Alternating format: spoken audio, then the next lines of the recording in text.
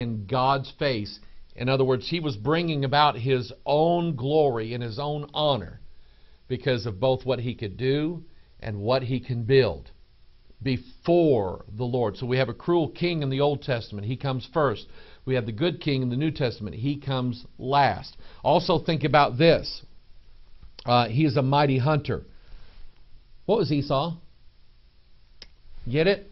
The red as crimson Esau was also a hunter, a destroyer.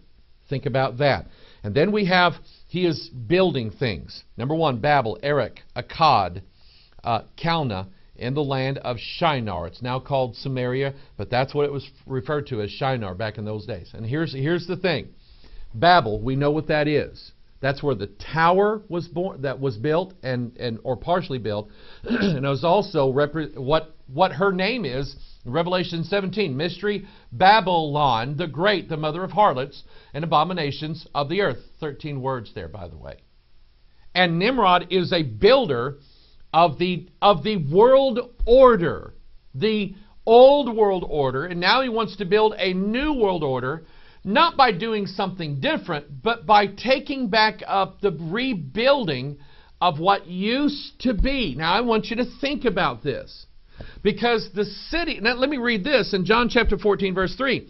And if I go and prepare a place for you, I will come again and receive you unto myself, that where I am, there you may be also. The Bible talks about a city whose builder and maker is God. Jesus said, I go and prepare a place for you. So Jesus is a builder. So is Nimrod. Jesus builds for us a heavenly, everlasting kingdom that will never have an end. Nimrod built Babel. And by the time, one chapter later, God's already kicking everybody out of it. And the ruins of Babylon. Of course, Saddam Hussein started rebuilding that and so on. But anyway, that's the idea I want to get across to you, is the idea that, number one, Babel, this king always brings about confusion. That's where the word Babel comes from. What does that sound like to you? We'll get into that when we talk about another spirit. A spirit of It's exactly what it is. Anyway, the beginning of his kingdom, Babel, Erech, Akkad, and Calneh in the land of Shinar. 4. Okay, 4 cities. Principalities, that's what they represent. Principalities, powers, rulers of darkness, spiritual wickedness in high places. Nimrod is also a prototype of the 10-toed kingdom and the 4th beast that rises up in Daniel chapter 7. That's what these 4 cities represent. So here we have Jesus, the real Jesus, who builds us a heavenly city. We have another Jesus which builds us an earthly city. The real Jesus will save the soul, that which is to be separated from the flesh. The other Jesus seeks to glorify the flesh and try to save the flesh. Now, I'll tell you, and a lot of things we've talked about over the years deal exactly with this concept right here. The idea that Ray Kurzweil, 2045, man's going to become immortal, right? That's the tree of knowledge of good and evil. You shall be as gods, and you shall not surely die. That is what another Jesus represents. He represents giving life and more life to the flesh. And again, go back to the difference here. Here is the Spirit. Here is the flesh, the Old Covenant, the Old Testament. The Old Testament only pertains to the flesh and the sin nature. It does not have any dealings with the Spirit. And when God saves us, He saves us, our soul, not our flesh. So another Jesus is interested and will bring interest in, number one, allowing the flesh to live forever. So let's just break this down a little bit. Some of these faith healers, those running around, Benny Hinn, Kenneth Copeland, everybody gets healing, everybody, Kenneth Hagin, Joyce Myers, and the like. They all are pointing you to another Jesus. Joel Osteen. Think about what his book is called. Your Best Life Not then. Even though that's what the Bible says. Your best life now. You know what Joel Osteen's doing? He is building a Babel, an Erech, and a Akkad, and a Calneh in this new land of Shinar. That's what he's doing. Because he's telling you that here on this earth, in this flesh, you can be rich, you can be healthy, you can live, who knows, if you just speak the right words, which is witchcraft. If you just speak the right words, then you'll just keep fighting one disease after another. Nothing will ever kill you. They don't actually come right out and say it yet, but they're leading up to it. Some actually have. Some of these kooks actually have claimed that if you just live by faith and live and do all this stuff that they tell you to do, that you'll never die. That's a lie. Because they're trying to get you to believe that salvation is salvation of the flesh. That's Babel, Erech, Akkad, and Calneh. That's the old king in the Old Testament. He's a city builder. He's a tower builder. The tower is a picture. We talked about this in previous videos. The tower is a picture of Christ. The Lord is my strong and mighty tower, my high tower. And then so in the plain of Shinar, they were trying to build a city and a tower whose top may reach into heaven. God already has a city and a strong tower, Jesus, that comes from heaven down to the earth. You see the opposite here? Any preacher teaching you about success here on this earth and glorification here on this earth and if you perform now, if you do things the right way, God will give you all these good things down here on this earth. Any preacher who's teaching you that as an abundance of his teaching is talking about another Jesus. He's not talking about the real Jesus. What was the example that the real Jesus taught us? Death. You got to die first. Then you can have it. But Jesus did not and is not interested in dragging out or continuing the works of our flesh. He said it must be crucified, must be killed. That's where the faith of the new covenant comes in. Another Jesus will always take you back to works. He will always take you back to earthly things. You can have earthly money. You can have earthly power. You can have earthly kingdoms. The Antichrist builds earthly kingdoms. That's what he does.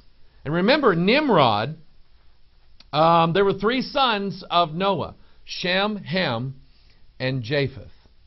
Ham, his generation was cursed. That's where Nimrod came from. Let's look at it. Genesis chapter 10, verse 15. And Canaan begat Sidon, his firstborn, and Heth, and the Jebusite, the Amorite, and the Girgasite, and the Hivite, and the Archite, and the Sinite, and the Arvadite, and the Zemarite, and the Hamathite, and afterward were the families of the Canaanites spread abroad. And the border of the Canaanites was from Sidon, as thou comest to Gerar unto Gaza, as thou goest unto Sodom and Gomorrah, and Admah and Zeboam, and even unto Lasha. Stop right here. Canaan came from, and Canaan also is cursed. Canaan is also a 13th generation from a different relation, but they're all under the line of Ham. Ham is the one who went in and uncovered his father's nakedness, and for that his lineage was cursed. And it was the specific lineage of Canaan that was cursed. Remember, when we say cursed, we're talking about two things that are opposite: cursed and blessed. This is cursed, the Book of Mormon, the Aquarian conspiracy. It represents the curse, whereas here the new covenant represents life. And so we have Canaan, who is also the 13th generation from Adam. And I want you to notice that the cities that he built, Sodom and Gomorrah, Admah, Zeboam, and Lasha. These are Sodom and Gomorrah. That's the cities that God destroyed because of what? If you look in, I just love this. I love how the numbers just work out, and people can make fun of me all they want to. It just looks like they belong there. If I were to look in Genesis 13, look at what it says. But the men of Sodom were wicked and sinners before the Lord exceedingly. Who built Sodom? The lineage of Canaan. So it's all what did God do with Sodom? Destroyed it. What did God do with all the Canaanites? He destroyed them. He got them out. The Canaanites and who were in the land represent the 1/3 of the... Think about this. Noah had 3 sons, Shem, Ham, and Japheth. Shem and Japheth are blessed. Ham is cursed and expelled.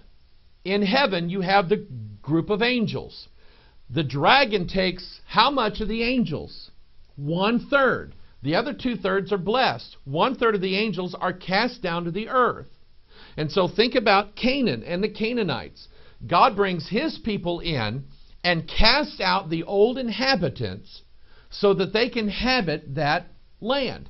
And so it's a beautiful picture of what happens in Revelation 12, where 1/3, just like Ham, the 3rd generation, 1/3 is kicked out of heaven so that you and I can dwell in their place.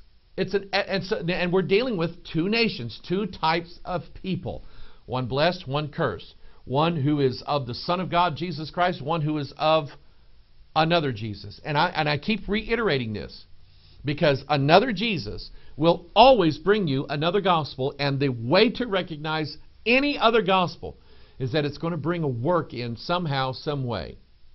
You must do penance.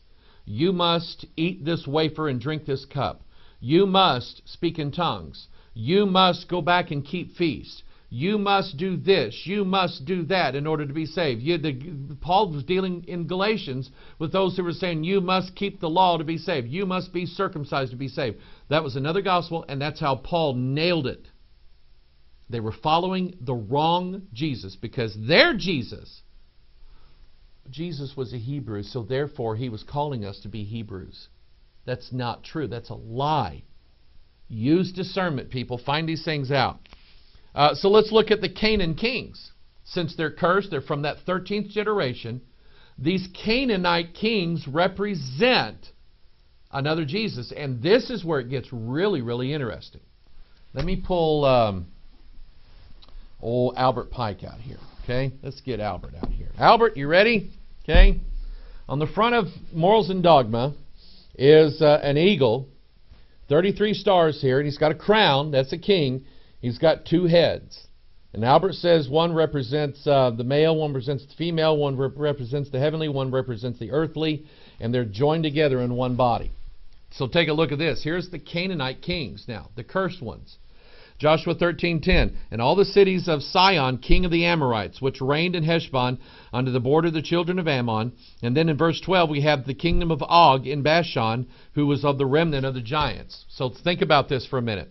We learned in our study of the giants that both Sihon and Og were giants. What were giants? Genesis 6. Here we now have a pseudo-gospel in Genesis 6, a false gospel. We have sons of God. We have the gods mating with human women and producing the giants. The spiritual world mixed in with the human world. And these are now the kings over the land of Canaan. Very, very interesting.